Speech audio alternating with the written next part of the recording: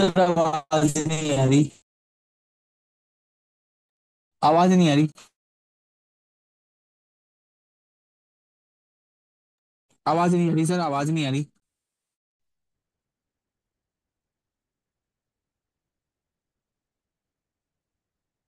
आवाज नहीं आ रही सर।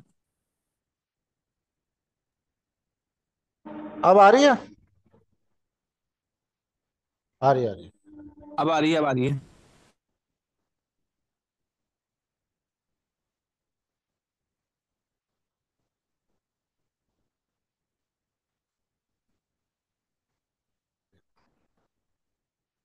है ना। तो हम कहाँ थे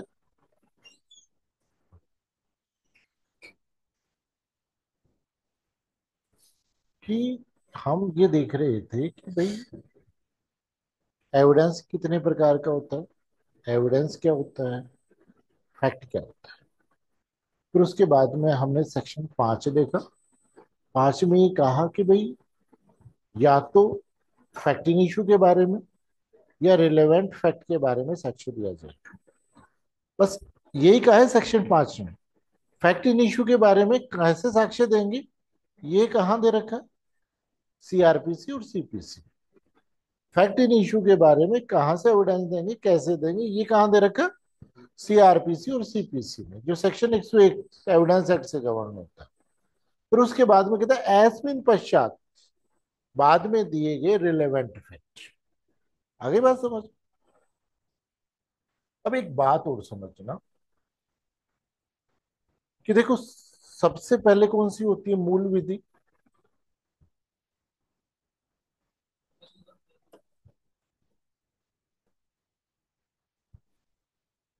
मूल विधि नहीं, मूल प्रक्रिया विधि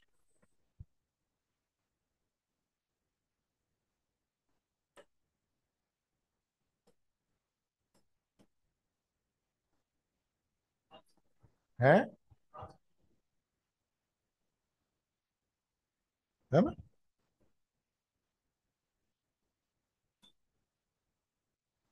हाँ। एक तो होती है मूल प्रक्रिया विधि, जिसको हम बोलते हैं सीआरपीसी और सीपीसी। और इसके बाद में दूसरी प्रक्रिया विधि होती है, उसको बोलते हैं हम एविडेंस। ध्यान रखना, सीपीसी और सीआरपीसी को एविडेंस क्या करती है, फॉलो करती है। आगे बात समझ। मेन प्रोविजन कहाँ होगा, सीपीसी और सीआरपीसी में। और ये जो है ना कौन, ये इसको फॉलो करती है। आगे बात समझ। जैसे सेक्शन 135 पढ़ो कि एविडेंस कैसे पेश किया जाएगा। तो साहब, अगर मूल प्रोसीजर लॉ ने अगर कोई प्रक्रिया बता रखी है तो उसके अकॉर्डिंग, अदरवाइज तो न्यायालय का डिस्क्रिशनरी पावर, जो न्यायालय उचित समझ। आगे बात समझ। तो ये इसको फॉलो करते हैं, कैसे समझो ना। जैसे कई बार आप सेक्शन फर्स्ट एविडेंस एक्ट पढ़ते हो। सेक्शन फर्स्ट एविडेंस एक्ट में ये पूछा जाता है कि एविडेंस एक्ट किस पे लागू होता है। भाई एविडेंस एक्ट किस पे लागू होता है, तो इन्होंने कहा कि हर प्रकार की जुडिशियल प्रोसीडिंग्स पे लागू होता है। किस पे लागू होता है, न्यायिक कार्रवाई पे लागू होता है। कि जहां कहीं पर भी जुडिशियल प्रोसीडिंग है, वहां पर किसी भी नेचर की हो सकती है, सिविल भी हो सकती है, क्रिमिनल भी हो सकती है, ये कहीं नहीं दे रखा है ना। हर प्रकार की जुडिशियल प्रोसीडिंग, चाहे वो किसी कोर्ट में हो, ट्रिब्यूनल में हो, कहीं पर भी हो, वहां पर सीपीसी लागू होगी। कहां लागू नहीं होगी, एक तो जो मार्शल ट्रिब्यूनल है उन पे लागू नहीं होगी, सेना न्यायालयों पे लागू नहीं। और वो सेना न्यायालय जैसे हर कोर्ट, स्पेशल एक्ट से कोर्ट का गठन होता है ना, जैसे SC ST पोस्को, उसी प्रकार जितने भी मार्शल कोर्ट है, अगर वो लैंड आर्मी है, सेना विधि है, तो सेना एक्ट, नेवी है तो नेवल डिसिप्लिन एक्ट और नेवी एक्ट और एयरफोर्स एक्ट, इन एक्टों में जो कोर्ट का गठन किया गया है उनके ऊपर एविडेंस के प्रोविजन लागू। ठीक। क्यों? भाई अगर वो एविडेंस फॉलो करेंगे, एक उसकी सैनिक की नौकरी कितनी को होती है, फिर रिटायरमेंट कितना को होता है, कितनी की सर्विस होती है।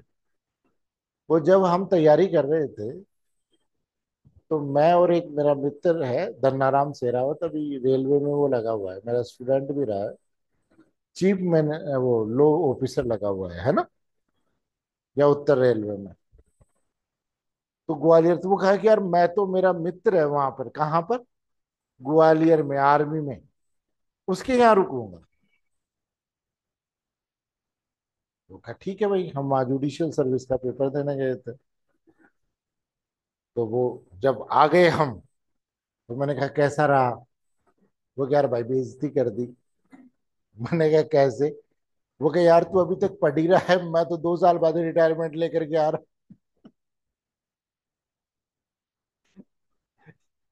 उसने ऐसे बोला कि यार तू तो अभी तक पढ़ ही रहा है, मैं 2 साल बाद में रिटायर हो जाऊंगा। नहीं। तो मैंने कहा चल कोई बात नहीं है ना। अगर उसमें हम डिले करेंगे तो फिर ये कैसे तय होगा कि वो नौकरी करेगा अगर आएगा। अगर एविडेंस फॉलो करे तो हमें स्पीडली प्रोसीडिंग करनी है कि नहीं है। इसी प्रकार हम आर्बिट्रेशन की बात करें, दूसरा कौन सा हो गया, एक तो आर्मी कोड्स है ना, और दूसरा कौन से, आर्बिट्रेशन पे भी लागू नहीं होता। तो आर्बिट्रेशन में भी तो यही है कि अगर एविडेंस घुसा दी तो फिर कोर्ट से प्रोसीडिंग करा लो ना। भाई तीसरा क्या, अधिकरणों पे तो कैसे लागू नहीं होता, शपथ पत्रों पर लागू होता। एविडेंस एक्ट शपथ पत्रों पर लागू नहीं होता। एविडेंस मना कर रहा है कि शपथ पत्र पर साक्ष्य नहीं दिया गया। और सीपीसी और सीआरपीसी क्या कह रहे हैं कि फॉर्मल एविडेंस जो भी है वो शपथ पत्र पर दे दो। तो कई बार आपके पास क्वेश्चन अराइज होता है, क्या एविडेंस का प्रोविजन और सीआरपीसी और सीपीसी का प्रोविजन एक दूसरे को कंट्रोडक्ट कर रहा है क्या। सीआरपीसी और सीपीसी क्या कह रहा है कि जो भी फॉर्मल एविडेंस है वो शपथ पत्र पर दो। और ये क्या कह रहा है कि शपथ पत्र पर साक्ष्य, तो क्या एक दूसरे के विरोध में है क्या। और बड़ा कोड चलेगी तो छोटे की, लेकिन ऐसे थोड़ी है कि इग्नोर कर देंगे। तो एक चीज ध्यान रखना कि हम शपथ पत्र पर जो भी साक्ष्य कोर्ट में पेश करते हैं वो साक्ष्य में तब तक नहीं पढ़ा जाता जब तक उस शपथ पत्र पर या तो क्रॉस नहीं हो गई हो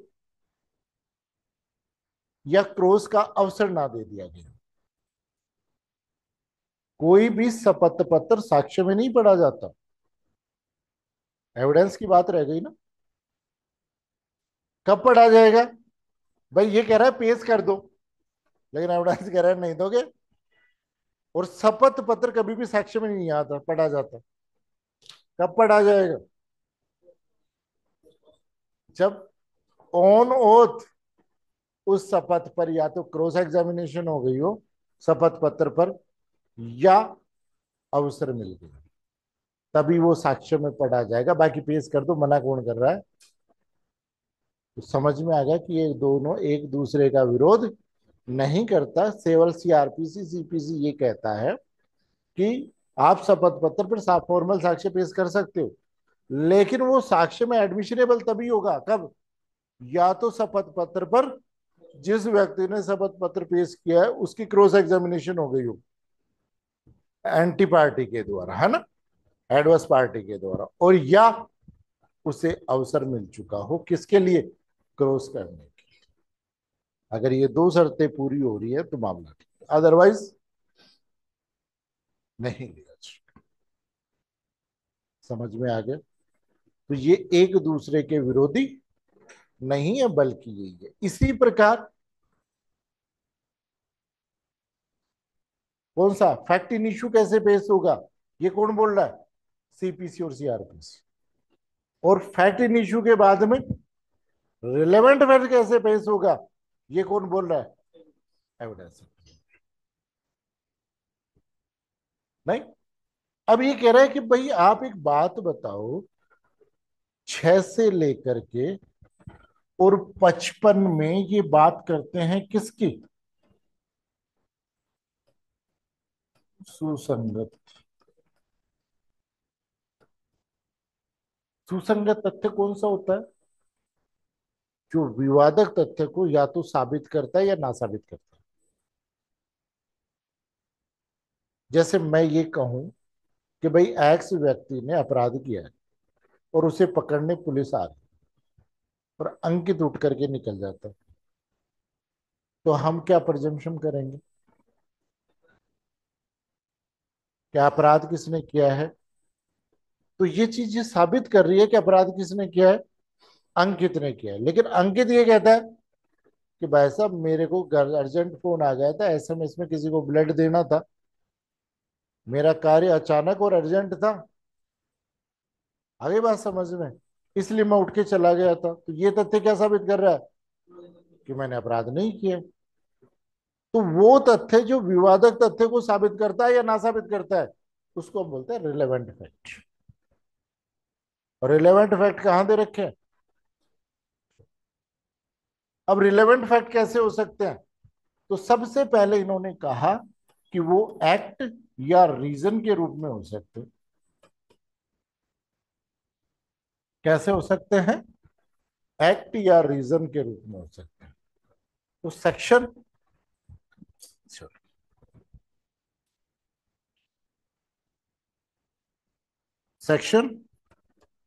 6 से लेकर के कहां तक, 16 तक एक्ट और रीजन के बारे में बताया गया है, कार्य और कारण के। तो देखो सबसे पहले फैक्ट एंड इश्यू क्या होगा। तो एक बात बताओ, हमारी ये क्लास चल रही है और इस क्लास में मैं धर्मेंद्र को पीट रहा हूँ, धर्मेंद्र मेरे साथ कर रहा है, हम दोनों गुत्तम गुत्ती हो रहे हैं, और आप लोग यहाँ बैठे हो आपस में स्टेटमेंट कर रहे हो कि सर की गलती है, धर्मेंद्र की गलती है, जो भी है। तो फैक्ट इन इश्यू क्या है कि भाई मैंने इसको पीटा या इसने मेरे को पीटा, यही फैक्ट इन इश्यू है। आप लोग यहाँ बैठे हैं जो फैक्ट इन इश्यू है, तो वहां क्या लिखा हुआ है कि वो तथ्य जो फैक्ट इन इश्यू तो नहीं है, लेकिन विवादक तथ्य से इतना संबंध है, क्या है, बिल्कुल जुड़ा हुआ है, तो उसे हम सुसंगत क्या बोलते हैं, रेसिस्ट। कि वह तथ्य जो क्या नहीं है, विवादक तथ्य तो नहीं है, लेकिन विवादक तथ्य से इस प्रकार जुड़ा है कि उसी से व्यवहार का भाग है। हम पीट रहे हैं और आप बैठ करके मजे ले रहे हो, ये क्या है, फैक्ट नहीं, इश्यू तो ये हो गया। और उससे यानी आप देख रहे हो और हम बैठे हुए हैं, मनोरंजन कर रहे हो आप, ये क्या हो गया,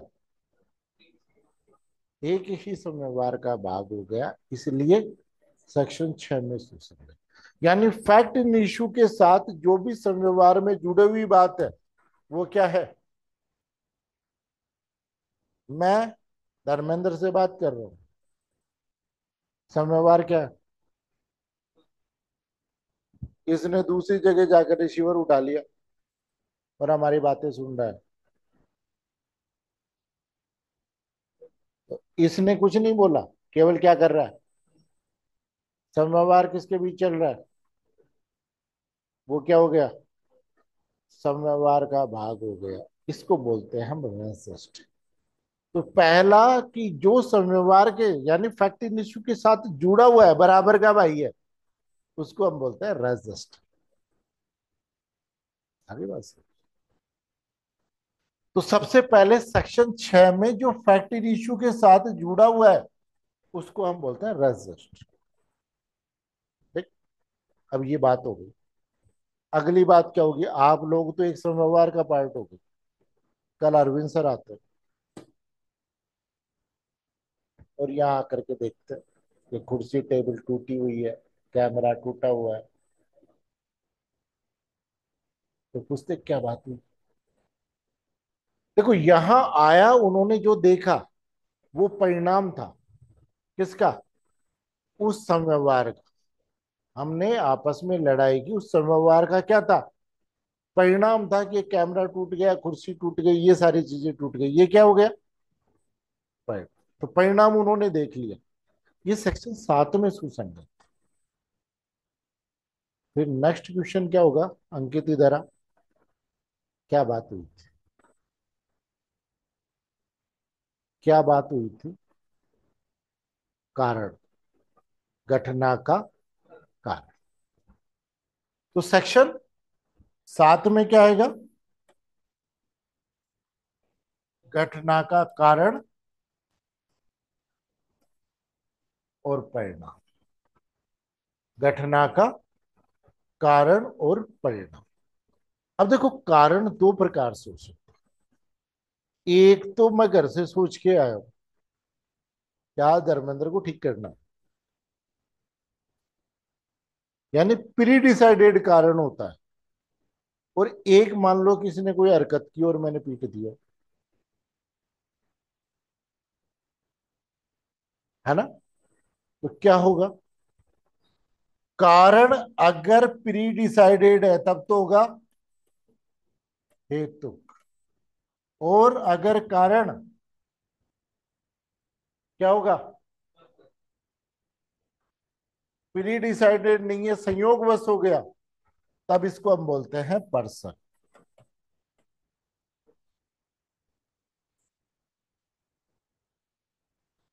आगे बात समझ। मान लीजिए कि आपके पेट में 10,000 रुपए,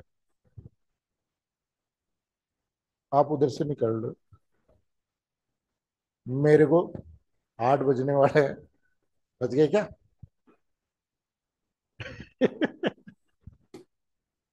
नहीं, भाई यार कोई इधर से गुजर जाए तो 8 बजने से पहले आ जाए।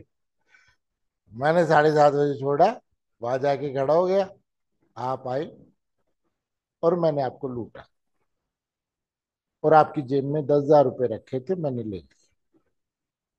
मैंने कहा "अब इधर क्यों चलेंगे ठेके पे, अब तो आप उधर बाहर में चलेंगे"। लेकिन ये बताओ आप क्यों लूटे,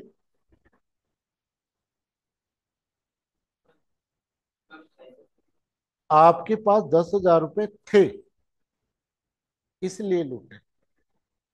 अगर 10,000 रुपए नहीं होते तो कहीं लूट लेता, तो कहा, तू भी बैठ जा भाई अगले को आने दे।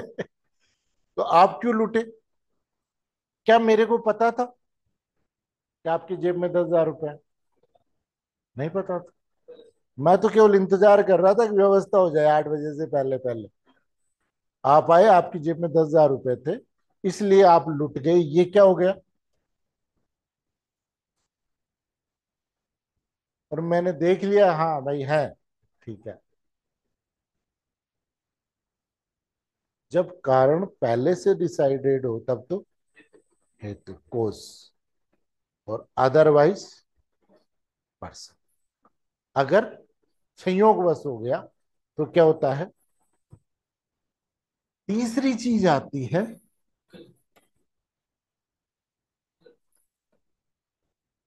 परस्थिति। तीसरी चीज क्या हो रही है, परिस्थिति। आप क्यों लूटे,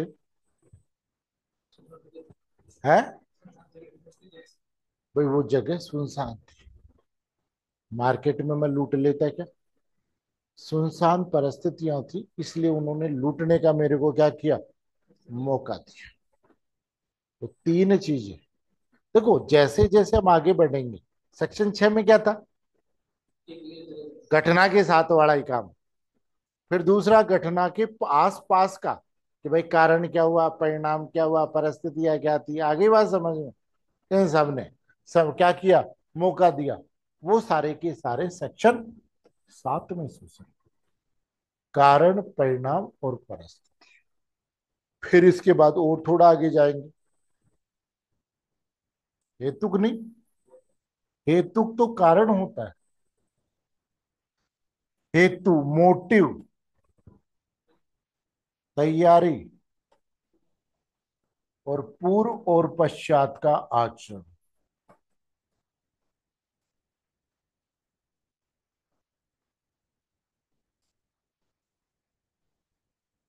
ये तीन बातें क्या होती है? सुसंगत। हेतु क्या होता है?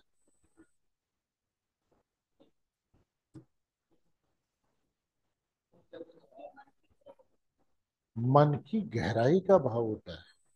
ये हमेशा दिल में रहता है।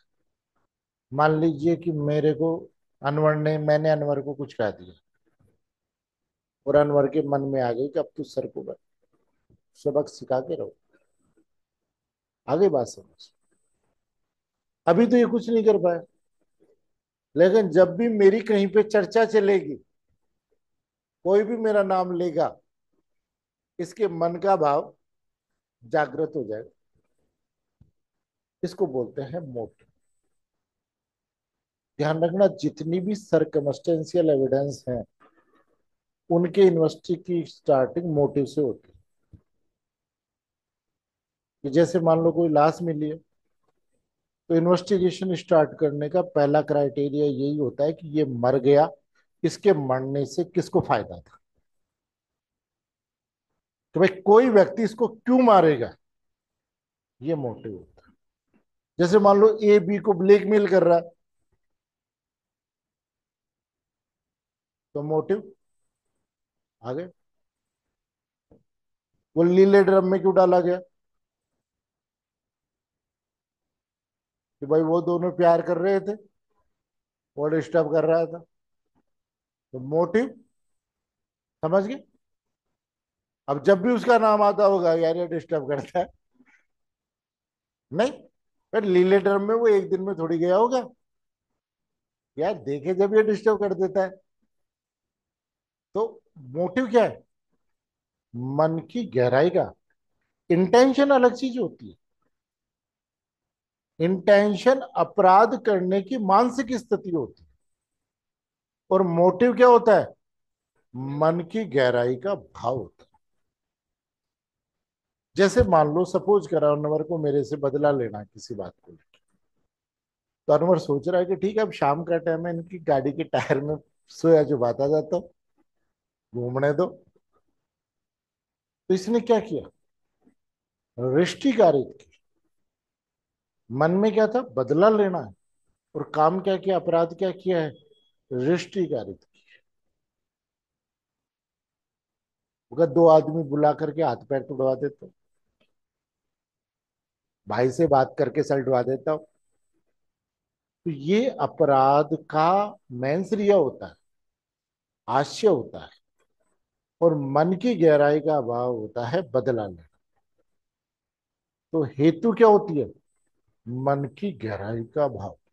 जैसे वो नीले ड्रम में आदमी दिखा, अखबार में क्या खबर आई कि वो भाग गए भाई साहब, प्रेम संबंधों में बाधा था इसलिए निकल गए।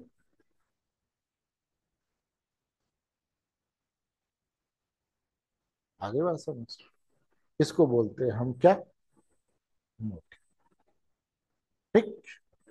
हर सरकमस्टेंशियल एविडेंस जहां पर भी कलेक्ट किए जाते हैं, ब्लाइंड मर्डर होता है, वहां पहला एविडेंस क्या होता है? मोटिव। कि मारने का रीजन ढूंढा जाता है, क्यों किसी ने इसको, किसको बेनिफिट। तो हेतु समझ गए। फिर उसके बाद में नेक्स्ट होती है तैयारी।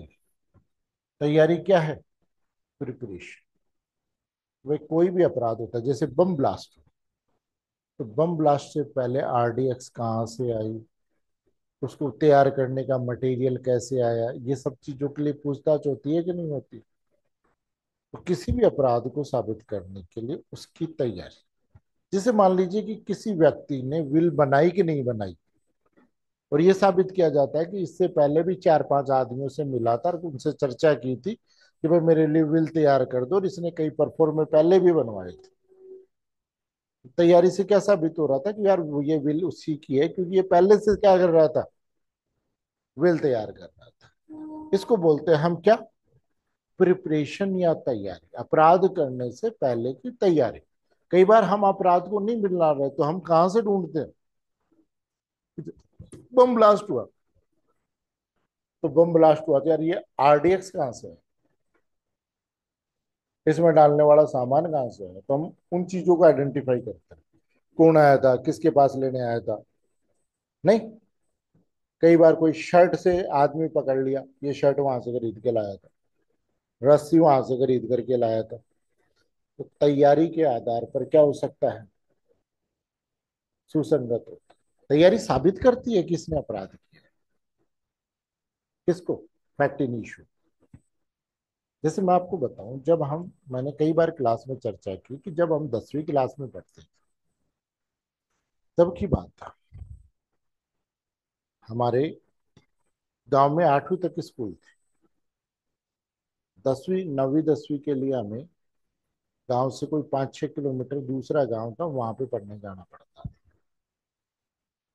तो जिनकी गांव था, वो तो जैसे ही क्या होता है, ब्रेक होता, वो तो अपने अपने घर जाते भोजन करने, और हम क्या करते, इधर उधर भटकते, नहीं, इधर से उधर उधर से इधर भगा। तो मैं और एक मेरा मित्र था, वो हम दोनों साथ साथ जा रहे थे। जैसे रास्ते में हम पहुंचे तो एक आदमी मिला, और वो क्या कर रहा था, कुल्हाड़ी को पहना रहा था। एक कुएं की मंडेर सी थी, उसके पास बैठा बैठा। उस मेरे मित्र ने उससे पूछा, क्या कर रहा है आज। उसने कहा कि भाई, वो कब इसको पहना रहा हूँ, और कहा आज से पहले तो मैंने पेड़ ही काटे हैं, यानी पेड़ छांगे हैं। छांगे का मतलब, जो ऊपर से उनकी टहनियों को काटते हैं उनको बोलते हैं पेड़ को छांगना। कि मैंने तो केवल पेड़ को छांगा है आज तक, तो अब आदमी काटूंगा इससे,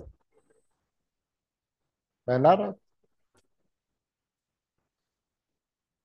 हमने कोई ध्यान दिया नहीं, हम चले गए। फिर हम वापस स्कूल चले गए। फिर क्या हुआ कि उसके बाद में, जैसे दीपावली होती है, दीपावली के बाद में गंगादास का मेला पड़ता है हमारे यहाँ तिरवनी के पास में, शापरा के पास। तो उसने अपनी पत्नी से कहा कि भाई मैं मेले में जा रहा हूँ, और गांव के पास में मेले का जो स्थान है उसके पास में हमारे रिश्तेदारों का घर है, रात को मैं वहीं रुकूंगा और कल आऊंगा। ठीक। वो कहीं नहीं गया, वो वहीं पे आसपास में घूम घाम करके रात को वापस घर चला गया।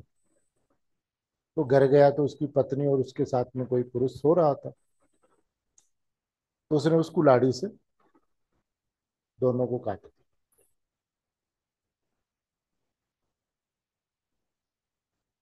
दूसरे दिन हम गए, स्कूल जा रहे थे, तो बस बीच में वो भास्कर पड़ा हुआ था। नहीं, तो उस वक्त सोशल मीडिया थोड़ी थी कि पता चल जाए। तो जो हमारा बस स्टैंड था, उसके ढाबे पे भास्कर अखबार रखा था, उसके फ्रंट में वो लाइन थी कि कहीं काट दिया, और उसी को लाड़ी से काट दिया जिससे पहना रहा था।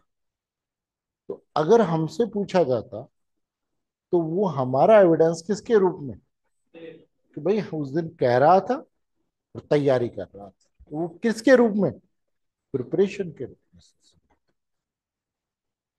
भाई वो तो एडमिट कर लिया उसने कि भाई मैंने मार दिया, थाने जाकर के एडमिट कर दिया। नहीं होता तो, गदक साहब मैं तो मेले में गया हुआ था, आया तब ये मिले हुए हैं, तो हम ये कह सकते थे ना सब प्रिपरेशन के रूप में हमारे सामने इसको पहना के लेके गए और इसी के हाथ में थी। कहाँ है प्रिपरेशन? तो यानी अपराध करने से पहले जो तैयारी की जाती है वो रिलेवेंट फैक्ट होती है। ठीक। कहां पर? सेक्शन 8। फिर एक चीज मैं बता दूं, अगर कोई भी सभ्य समाज में व्यक्ति रहता है और क्रिमिनल नहीं है, कई हार्डकोर क्रिमिनल ऐसे होते हैं उनके कोई फर्क नहीं पड़ता, लेकिन कई जो भी नॉर्मल व्यक्ति होता है समाज में रह रहा है, अपराध करने से पहले और अपराध करने के बाद उसका आचरण एक जैसा नहीं है। आगे बात सुनो, कंडक्ट क्या कर देता है? शो कर देता है कि उसने कुछ ना कुछ किया। अपराध करने से पहले बताते ना कि भाई ये ऐसे जाता था, रेकी करता था, मोटरसाइकिल से घूमता था। तो ये रेकी करने वाला ये क्या है? पूर्व का कंडक्ट। और उसके बाद में छिप गया था, भाग गया था, ये सारी चीजें क्या है? ये अपराध हो गया। और अपराध के बाद दोनों पत्नी और वो प्रेमी भाग गए, ये क्या था? कंडक्ट। जो क्या शो कर रहा था कि अपराध उन्होंने किया। आगे बात समझ। तो तीन बातें सेक्शन 8 में सुसंगत होती है। देखो, हम जैसे जैसे सेक्शनों के आगे बढ़ते जाएंगे वैसे वैसे घटना से दूर आते जाएंगे। सेक्शन 6 क्या कह रहा है? कि समव्यवहार के साथ वाले बातें। फिर 8 वाले कारण परिणाम और परिस्थितियां। 8 क्या कह रहा है?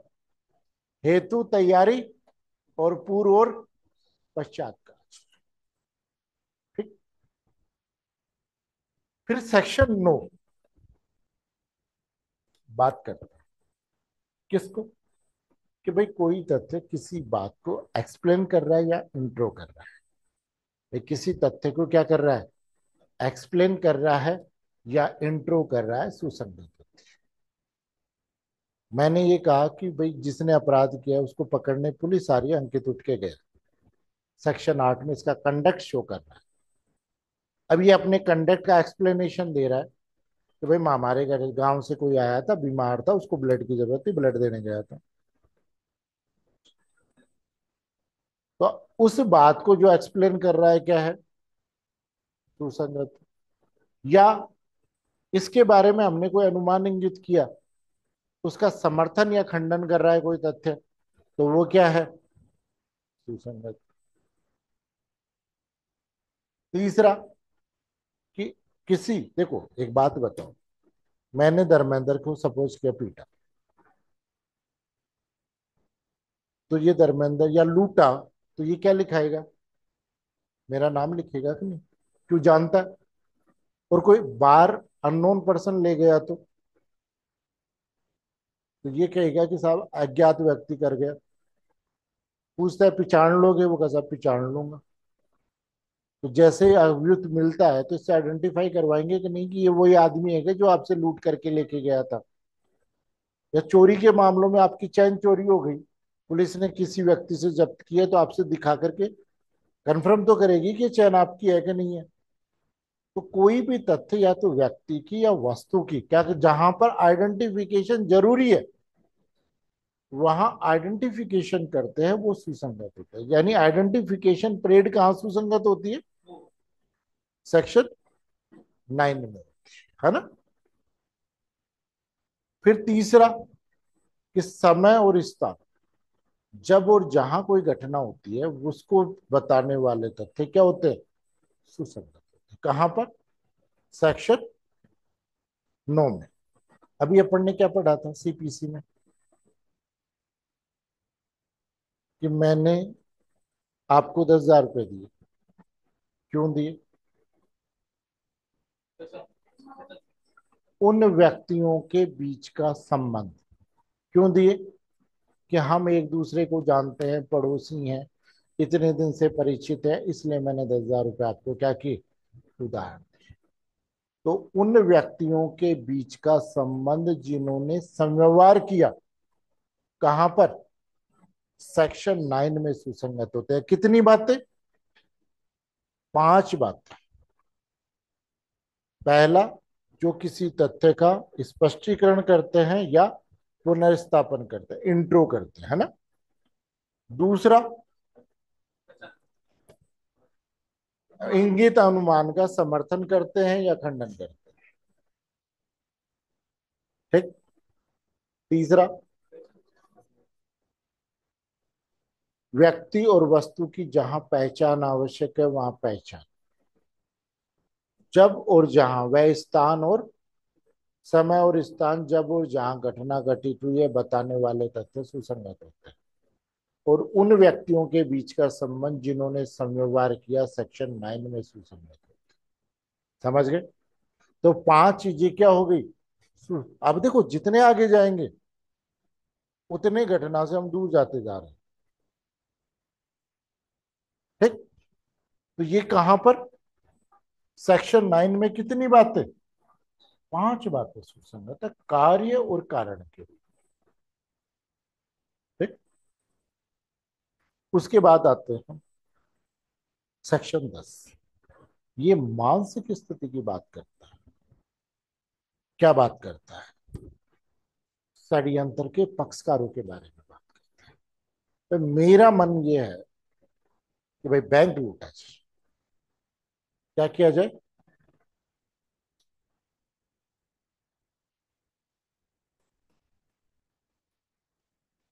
और मैं सुबह उठता हूं और बैंक के आगे से घूम करके आता हूं, और लगता है कि यार देख, इसमें इतना रुपया रखा है, मैं बाहर खड़ा हूं, केवल एक दीवार बीच में है, मैं भी पैसे वाला हो सकता हूँ। रोज मेरे मन में आती है कि मैं इसको लूट कर।